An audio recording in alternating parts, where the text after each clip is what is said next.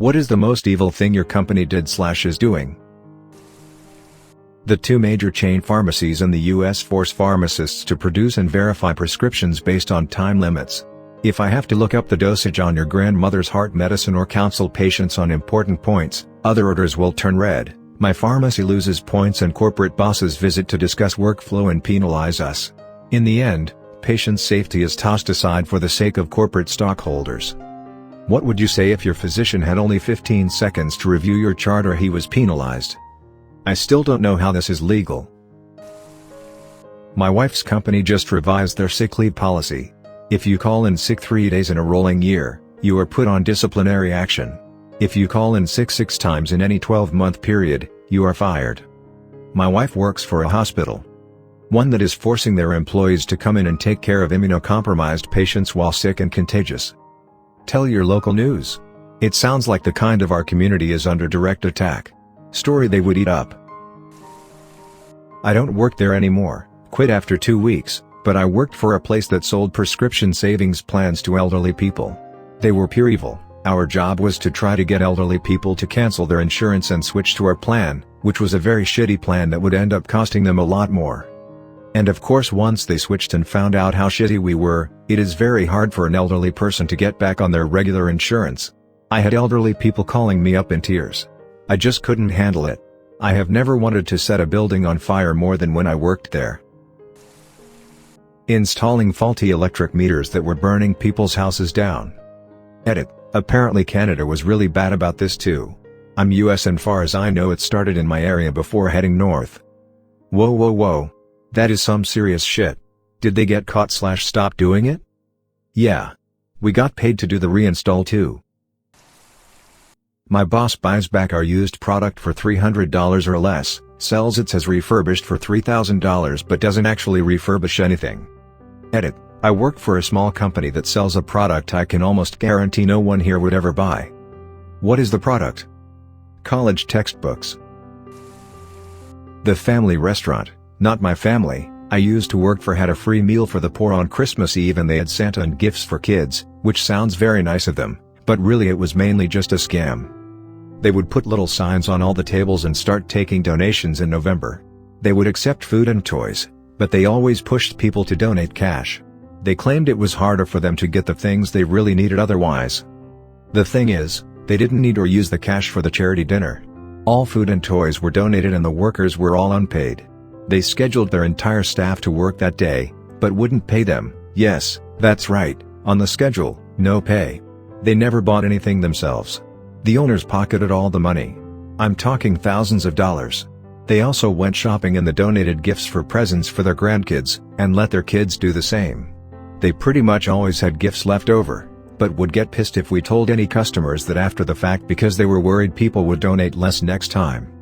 In the end, people still got fed and kids still got presents.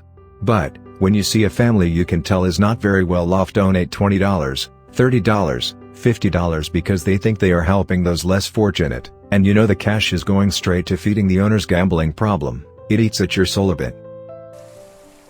ThinkGeek has become a bad company. For the record, I'm defining money grubbing as evil here.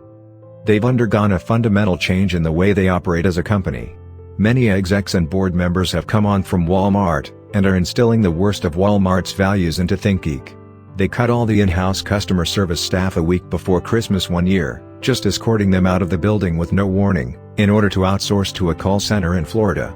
When they fired the last 2 founders of the company, they really divorced themselves from what made them great. Now the focus is on grabbing every last dollar they can. These days, it's cheap trinkets from China, and branding unimaginative and poorly made products with popular franchises, just to push margins more and more. Their game plan has become less supportive and encouraging of their community, and more exploitive. I know businesses exist to make money, I'm not here to decry the evils of capitalism. But making money while being an asshole is a bad thing. TLDR, ThinkGeek is becoming a Walmart of geek culture exploitation. Don't work there now, but in college, the restaurant I worked at sold soup in $3 cups and $5 bowls. Cups were narrow and deep, bowls were big and shallow, so they looked bigger when full, but they were both 8 ounces. Edit. Y'all take your soup seriously. Yeah, standard practice. I worked at a big chain Tex-Mex restaurant in college and we sold margaritas in 2 sizes, large and grand. $3 difference, but they both held the same amount. I got second-degree burns to 10 to 15% of my body when a coworker wasn't using a machine properly and left me to find out his errors. Management didn't fire him. Management lied to upper management about the incident to protect themselves. Management also incorrectly filled out the WorkSafe forms to get away with what is mentioned above. The best thing though? I can't even sue because Australia's workplace laws gloss over burn injuries that don't leave you charred black. I've worked in so many daycares where neglect was the norm. Our parents would pay hundreds of dollars a week, but the children would not even be given food. Parents, if your child hates their daycare or preschool, or if they can't keep teachers on staff for longer than a few months, please get your kids out. The mental and physical damage caused to children in these situations can be very long-lasting. And please don't think that this is only limited to the cheaper places. Corporate daycares are only about the money. I used to work doing events with Hilton hotels and they had no respect for staff. In the past the deal was that we never got the length of breaks required by law. The organization of the events made real breaks difficult, but in exchange our shorter breaks would be paid and we got food provided. Then after one Christmas, with everybody working crazy hours for the last month, missing Christmas Eve, Christmas Day and New Year's because of work, everybody noticed their paychecks were a little light. It turned out that in November they had decided to change the break policy so that we had to take full breaks with every shift and that we would no longer be paid for them. Except they forgot to tell us this at the busiest time of the year, so nobody was taking full breaks. If you tried you'd only get grief from the management anyway, so everyone lost 30 minutes pay per 6 hours work. And when we were all on minimum wage and losing our holidays for that horrible place, it was a massive slap in the face. The day I quit because I was starting a PhD was a very good one. Edit. For clarity, this happened in the UK. Turns out my desk job isn't so bad after all. Thanks guys. I worked as a maintenance man at a realty company. They had a policy where they don't pay you for overtime. They let you bank your overtime hours toward time off with pay.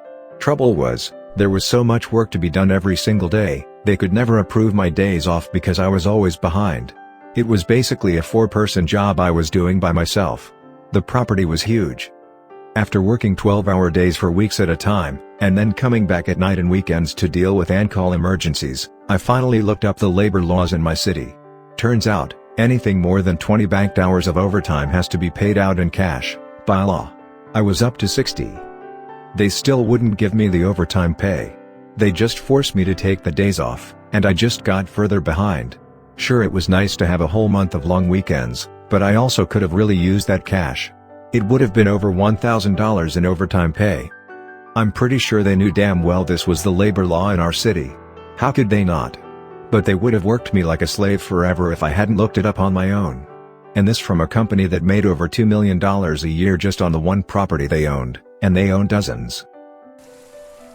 I used to work in a nursing home. When a resident would pass and the family came to collect their belongings, people would often donate the TV for any future resident who doesn't have one.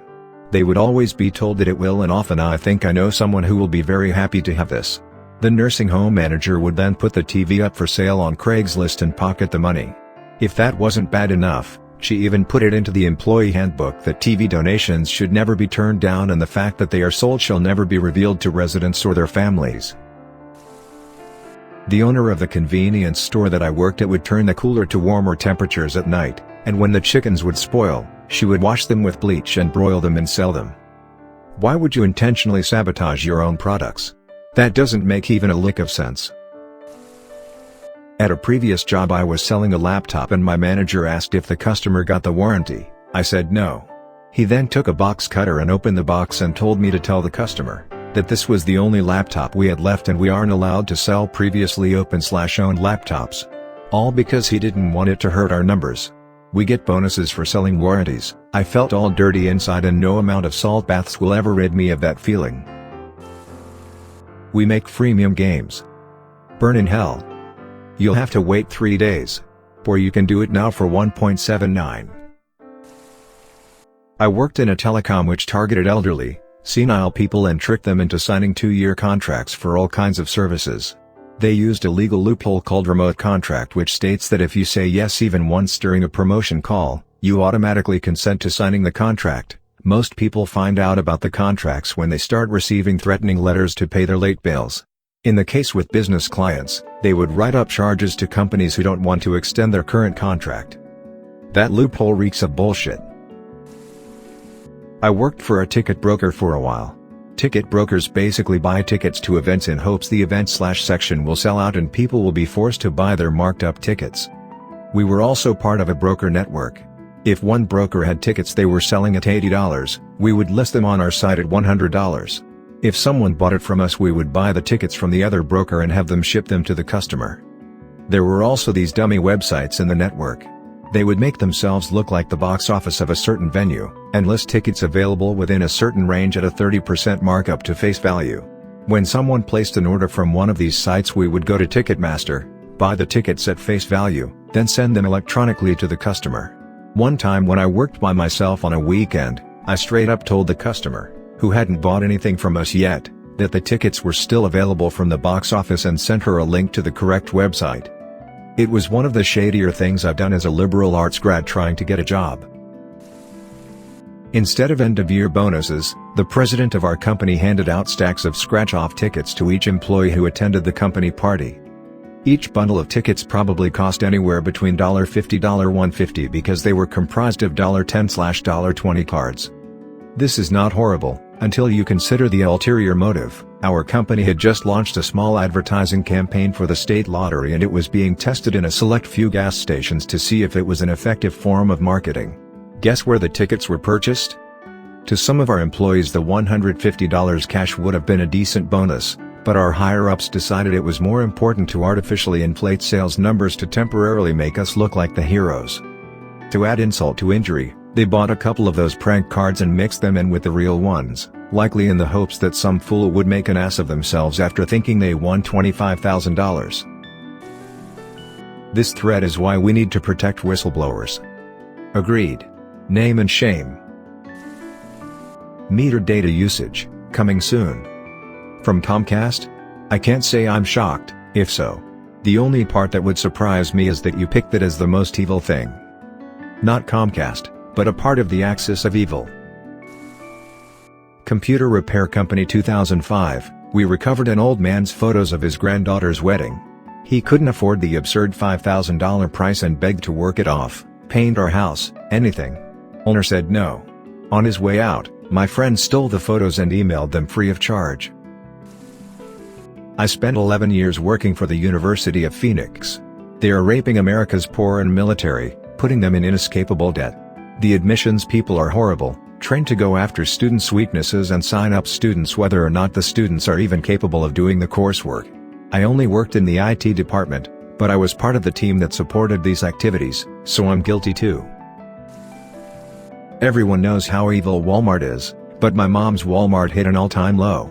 When employees take medical leave they somehow don't get the request back from the doctor's office in time and terminate the employee. They instantly hire them back at minimum wage. My mom has worked there since 2001, was making $14.25, now makes $7.90 an hour. She's the 13th person that's happened to since they started doing that. Thanks to Walmart's no union rule there really isn't shit they can do about it. Super FMLA. I'm going to put them on blast because they deserve it. The last company I worked for is called The Tile Shop. They are the largest retailer of natural stone tile in the US and one of the largest for man-made tile as well. There are about 100 stores, probably 110 now, which do not carry a lot of product in stock. Instead, product is stored in distribution centers and then trucked to the stores when customers order it. Last winter, there was a big snowstorm in Michigan. One of the regional managers sent out an email to the DC staff telling them that the snow would not be an excuse and that they needed to be into work on time. No excuses. A father and son who both worked at the DC left their home around 3 a.m. because they knew the snow would slow them down. They died in a car crash on the way there. The tile shop tried to avoid paying out on their life insurance. Fortunately the widow sued them and won to the tune of multiple millions of dollars. I also heard that at the funeral for the father and son, the tile shop had sent a wreath and when the widow saw it she flipped the duck out and destroyed it. Later, At a managers meeting where the company flies out all the store managers once a year, the regional and the CEO were heard saying that it was the workers' fault. I can't remember the exact quote I heard, but it was pretty much heartless. The company is also built on Chinese slave labor, but that's nothing new. Purposely assign shitty jobs to a person they can fire, so they want to get him to leave instead. Edit.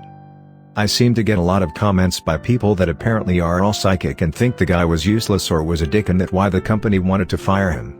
Let me tell you that, the guy was a saint, the kind of guy that did everything for the company, the kind of guy that did the work of a small team all by himself.